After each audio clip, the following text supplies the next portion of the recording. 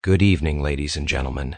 Tonight I will be reading from the compilation titled Outlaw Creative: The Geometry of Life. Our title for this evening is Therapy as a Way of Life. Let's begin. There is ordinary therapy, a person in trouble, a room with a door that closes, a clock that starts and stops, and a slow, uncertain attempt to suffer less without doing more damage on the way. Then there is therapy as a way of life, not a tool but a lifestyle, not a season but a personality type, not an intervention but a brand identity. In the first case, therapy is scaffolding, necessary, ugly, comforting, temporary. In the second, therapy is the house itself, and nobody is quite certain where the exit is, because the exit would look suspiciously like responsibility. This is a little essay about that second thing. Tongue-in-cheek, but not entirely. The cheek is flesh after all, bite hard enough and it still bleeds. One sign that therapy has migrated from clinic to lifestyle is linguistic. A culture that once sprinkled conversations with "I think" and "I believe" now leans heavily on "my therapist says." My therapist says that I need better boundaries. My therapist says I'm attracted to chaos. My therapist says it's not my fault. The content might be wise, neutral, or absurd. The important bit is the invocation. My therapist says functions like an appeal to an invisible authority. It is a secular "thus saith the Lord," but billable by the hour. Someone is cold at the grocery store. Attachment wounds. A friend doesn't text back. Abandonment schema. A boss asks for corrections. Inner critic. Shame spiral. Intergenerational trauma. The idea that some things are merely unpleasant, or mildly annoying, or best ignored so one can get on with the task at hand. That idea starts to feel almost immoral. If it hurts, it must be trauma. If it's trauma, it must be processed. If it must be processed, one must have therapy. If one must have therapy, one has a built-in reason to keep everything about oneself endlessly provisional. It is very difficult to live as a grown human while also being one's own archaeological dig. Therapy as lifestyle also brings a certain kind of status. Once upon a time, suffering in silence was praised. Now, to suffer without a licensed professional is almost gauche. I'm in therapy signals several things at once. Again, this is not to mock therapy itself. There are many therapists quietly doing honest, necessary work. The target here is what happens when being in therapy becomes central to identity in the way being born again or enlightened once did. One no longer has therapy. One is a therapeutic being. In therapy as way of life, the intake session never really ends. Ordinary therapy imagines some arc, however modest, begin in confusion, slowly notice patterns, receive tools, eventually decide, with therapist or without, that it is time to step more fully into ordinary life, messy, unsupervised, uninsured. Lifestyle therapy quietly erases the notion of graduation. The story becomes, I am a complex, wounded creature. The world is a minefield of triggers, so the work of my life is to process. Process what? Everything, all the time. Every interaction is a potential material for therapy. I am self-aware enough to know I am damaged. I am resourced enough to pay for someone to listen. I am morally serious enough to be doing the work. No one says, I'm in therapy in the same tone they use for I'm getting my car inspected. It is rarely just informational. It is a little badge, see, I take my inner life seriously, and again there is a kernel of good in this.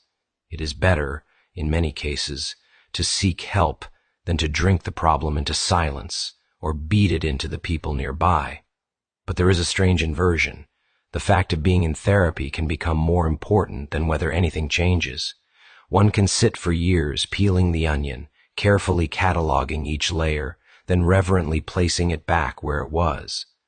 The important thing is the ongoingness of work, not the quiet, boring, un-Instagrammable fact of different behavior. One of the more comic aspects of therapy as way of life is the spread of therapeutic jargon into every corner of existence.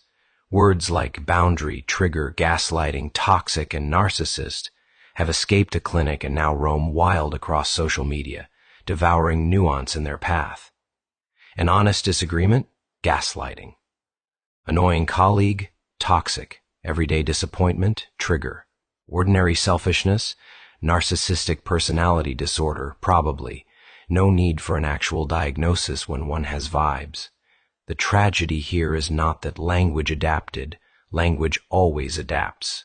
The tragedy is that once everything is framed therapeutically, it becomes harder to see plain moral and practical facts. Sometimes a person is not failing to meet needs. The person is just wrong, or lazy, or unkind, or simply busy, occupied with something more important than the endless maintenance of one individual's emotional weather. To say so bluntly in certain circles is now considered unsafe, another word that has migrated far from its original sense of physical risk and into the realm of "I strongly dislike hearing this." When therapy becomes a way of life, even truth must pass a comfort test. There is also the quiet economic engine underneath all this. In a world where community and family structures are frayed, where religious institutions are distrusted, and where friendship is often thin and scattered, the therapist is one of the last remaining paid professionals whose main job is to sit in a room and care about one's story. The arrangement is honest, money for attention, no shame in that. But once therapy becomes lifestyle, the transaction can take on a sacramental quality it was never meant to bear. The therapist becomes surrogate parent, confessor without absolution, coach without whistle, and, occasionally, a human-shaped search engine for the question, what should I do with my life?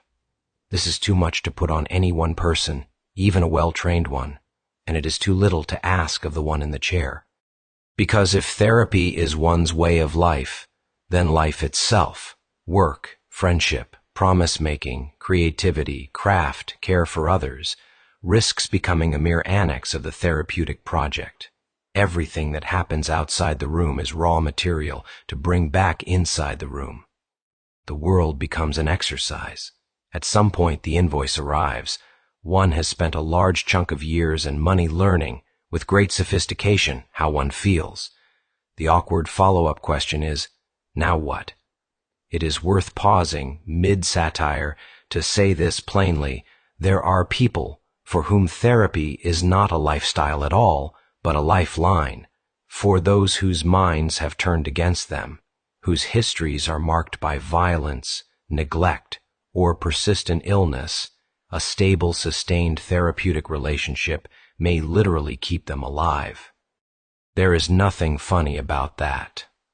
The tongue-in-cheek portion of this essay is aimed at something else, the cultural drift that turns therapy from a targeted, time-bound intervention into a permanent identity.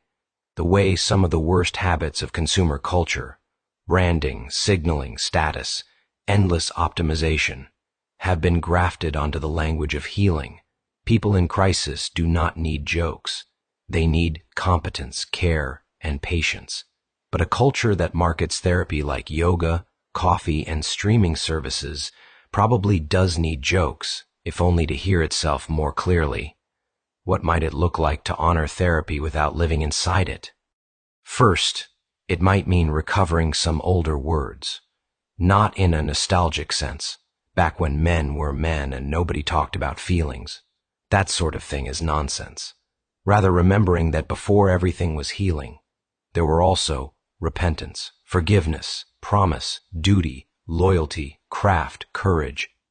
Those words do not cancel the importance of mental health, they complement it. Therapy can help someone reach the point where such words can be heard without collapsing, but those words name what happens after the session ends.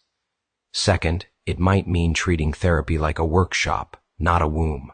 The shop may be returned to when necessary, when something breaks, when one is out of one's depth, but life itself happens on the road, in the kitchen, at the bedside, under the weight of concrete responsibilities. One sign that therapy has done its job is the quiet feeling, I do not need to talk it to death this time. I know what I must do. Third, it might mean shifting from being perpetually processed to showing up for others. There is no cure for self-absorption like taking real responsibility for someone else's well-being. Children, students, patients, customers, friends, neighbors, the elderly, the dying. Not as a performance, not as my service work on a profile. Just as the plain unrecorded fact of a life, I am here for these people. Therapy can prepare someone to bear that load without repeating old harms. But the bearing of that load is not therapy. It is adulthood. If therapy as way of life is a kind of soft religion, then the question becomes, what is the alternative liturgy? Perhaps something like this. Instead of my therapist says, one can say, my conscience says, and then test that conscience against reality, tradition, wise voices, and the demands of the moment. Instead of curating endless insight into why one is the way one is, one can accept that some understanding is enough and move from explanation to vow, I will not do that again, even if the precise origin story remains fuzzy. Instead of narrating every event through the lens of wound, one can allow some things to be merely unfortunate, or comic, or irritating, or tragic, without stuffing them into a diagnostic category. There is a strange, quiet freedom in letting some questions go unanswered. Therapy tends by design toward illumination. Life eventually insists on shadows. One does not need a fully mapped childhood to stop lying. One does not need an exhaustive account of attachment patterns to show up on time. One does not need to process every slight to keep one's word. These are blunt truths, and blunt truths often sound unkind to ears trained exclusively in therapeutic cadence. But someone, somewhere, must be allowed to say them, if only so that therapy can return to doing what it does best instead of trying to be the whole universe. So therapy as a way of life. It is understandable. Loneliness, confusion, shattered trust. These make a 60-minute island of structured attention very appealing. A person can begin to believe the mainland is too dangerous, too unpredictable, too unprocessed, and that the only safe existence is permanent residence on that little island with the clock on the wall. But no one was born to live on an island of beige furniture and gentle questions. The point, if there is one, is to become someone who can walk back into the noisy, blunt, unforgiving mainland of ordinary life and still carry some of that steadiness within, without needing a professional witness for every step. Therapy as tool? Good. Therapy as hospital? Often necessary. Therapy as home address, citizenship, and religion? That is where the joke begins, and where it quietly stops being funny. In a saner order of things, therapy would be one of the ways a person learns to walk straighter. The way of life itself would be built from older, harder elements: promise, craft, courage, sacrifice, kindness, ordinary work, stubborn love. A good therapist, asked for their deepest wish for a client, would probably not say that they stay in therapy forever. They might say something closer to that they become able, in time, to live a life worth having, without me. And that is the part that no lifestyle brand can sell.